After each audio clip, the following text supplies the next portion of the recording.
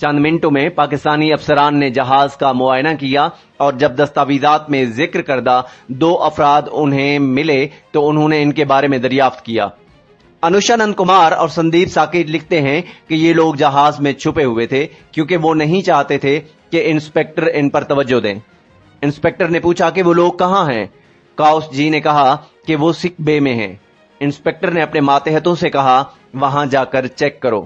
Doctor نے کہا میں آپ کو اس کی سفارش نہیں کروں گا، یہ دونوں چکن پاکس کے مریض ہیں، ان میں سے ایک کو یہ بیماری سفر کے دوران ہوئی اور دوسرے کو بھی ہو گئی، ہم نے انہیں الگ تھلگ کر دیا ہے اور ان کے صحت یاب ہونے تک انہیں سکھ بے میں ڈال۔ وائس ایڈمرل جی ایم ہیرانندانی اپنی کتاب ٹرانزیشن ٹو ٹرمپ میں لکھتے ہیں کہ را کے ایجنٹس نے پہلے ایک دوسرے کو دیکھا اور پھر اپنے سامنے ہدف کو۔ راڈ نے کہا کہ ایسا لگتا ہے کہ یہ حال ہی میں بنایا گیا ہے، یہ واقعی حال ہی میں بنایا گیا تھا اور اس پر طیارہ شکن بندوقیں رکھی گئی تھی۔ اس کا مطلب یہ تھا کہ پاکستان کراچی کی بندرگاہ کو جنگ کے لیے تیار کر رہا ہے۔ تیزی سے کام کرتے ہوئے دونوں ایجنٹوں نے اس جگہ کی درجنوں تصاویر بنا لی۔ انہوں نے مزید لکھا جہاں ضرورت پڑی انہوں نے لینز کو زوم کیا، اس کے علاوہ انہوں نے بندرگاہ پر لگر انداز پاکستانی بحری جہازوں کی تصویریں بھی بنا لیں۔ وہ لکھتے ہیں کہ تقریباً آدھے گھنٹے کے بعد جہاز کو واپس مڑنے کا کہا گیا۔ اس کے بعد دونوں انٹیلیجنس ایجنٹس دوبارہ سکھ بے میں چلے گئے جہاں وہ اگلے دن تک رکے رہے۔ ایک دن بعد جہاز کراچی بندرگاہ سے روانہ ہوا۔ جب جہاز بندرگاہ سے نکلنے لگا تو فوٹوگرافروں نے چٹان کے دوسری طرف کی تصویریں بھی کھینچیں۔ اس کے بعد جہاز بحیرہ عرب میں داخل ہوا اور کویت کی طرف بڑھ گیا۔ جیسے ہی وہ کویت پہنچے راؤ اور مورتی جہاز سے اترے اور سیدھے انڈین سفارت خانے میں گئے۔ وہاں سے کراچی سے لائی گئی کیمرہ فلمیں دہلی بھیجی گئیں۔ اگلے دن راؤ اور مورتی ہوائی جہاز سے دہلی روانہ ہو گئے۔ انوشکا نند کمار اور سندیپ ساکیت لکھتے ہیں وار روم میں جگجیون رام ناتھ کاؤ اور ایڈمرل نندا نے تصاویر کا مطالعہ کیا۔ مورتی نے انہیں کراچی ہاربر کا 360 ڈگری کا نظارہ دکھایا۔ وہاں موجود ہر شخص نے حیرت کے ساتھ ان تصاویر کو دیکھا اور اس پر اپنی حیرت کا اظہار کیا۔ یہ پہلا موقع تھا جب انڈیا نے کراچی بندرگاہ کے اندر کی تصاویر حاصل کی تھیں۔ اب انڈین بحریہ کو معلوم تھا کہ پاکستان نے کن جگہوں پر دفاعی ڈھانچے بنائے ہیں اور ان کی صلاحیتیں کیا ہیں۔ انہوں نے یہ بھی معلوم کیا کہ ایندھن کا ذخیرہ کہاں ہے اور کراچی میں کون سے بحری جہاز تعینات ہیں۔ 3 دسمبر 1971 کو جنگ کے سرکاری اعلان سے قبل انڈیا کو کراچی بندرگاہ کا مکمل نقشہ مل چکا تھا۔ پاکستان نے اپنے بہترین ڈالفن کلاس آبدوزیں تعینات کی تھیں۔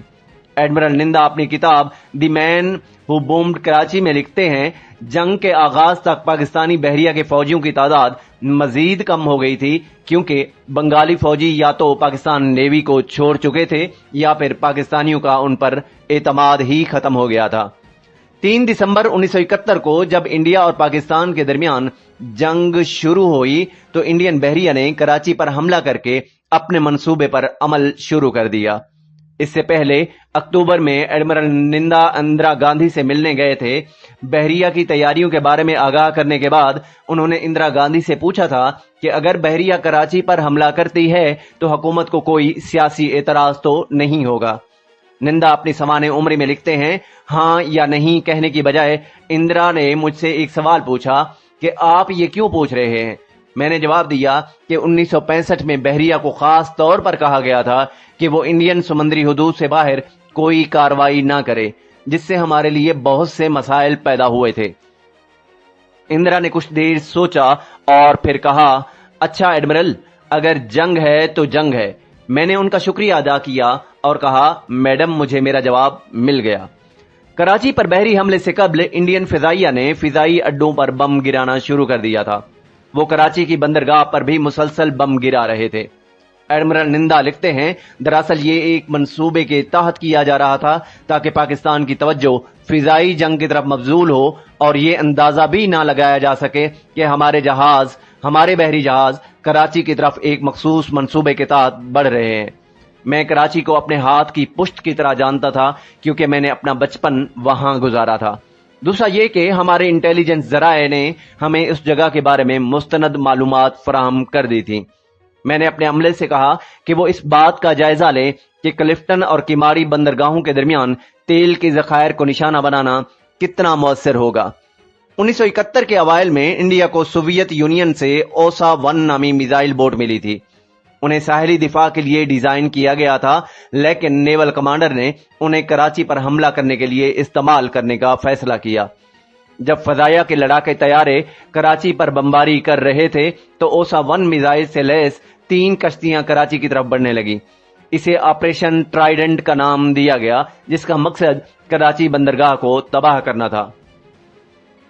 3 میزائل کشتیوں کو پاکستان کے سمندری پانیوں میں لے جایا گیا اور کراچی سے 250 کلومیٹر دور چھوڑ دیا گیا۔ انوشکا نند کمار اور سندیپ ساکیت لکھتے ہیں، سب سے پہلے میزائل بوٹ نے پاکستانی جہاز PNS خیبر کو ڈبو دیا۔ وہ یہ بھی اندازہ نہیں لگا سکے کہ یہ حملہ کہاں سے ہوا ہے۔ ان کا خیال تھا کہ ان پر انڈین فضائیہ کے طیاروں نے حملہ کیا ہے۔ انڈین حملے کے دوران کراچی بندرگاہ پر کافی میزائل داغے گئے، جبکہ اسی حملے کے دوران انڈین نیوی کی ایک میزائل بوٹ نے ایک لائبیرین جہاز وینس چیلنجز کو بھی میزائل سے تباہ کر دیا۔ اس تجارتی جہاز کو تباہ کرنے کے بعد انڈین نیوی کی جانب سے یہ دعویٰ کیا گیا کہ یہ جہاز ہتھیار لے کر جا رہا تھا، جسے پاکستان نیوی نے غلط بیان قرار دیا۔ پاکستان نیوی کو 5 دسمبر کی صبح PNS محافظ اور PNS خیبر کے بچ جانے والے عملے سے اس حملے کی تفصیلات ملی تو یہ معمہ حل ہوا۔ انہیں پتہ چلا کہ انڈین فضائیہ نے نہیں بلکہ انڈین نیوی کی تیز رفتار میزائل بوٹ نے حملہ کیا تھا۔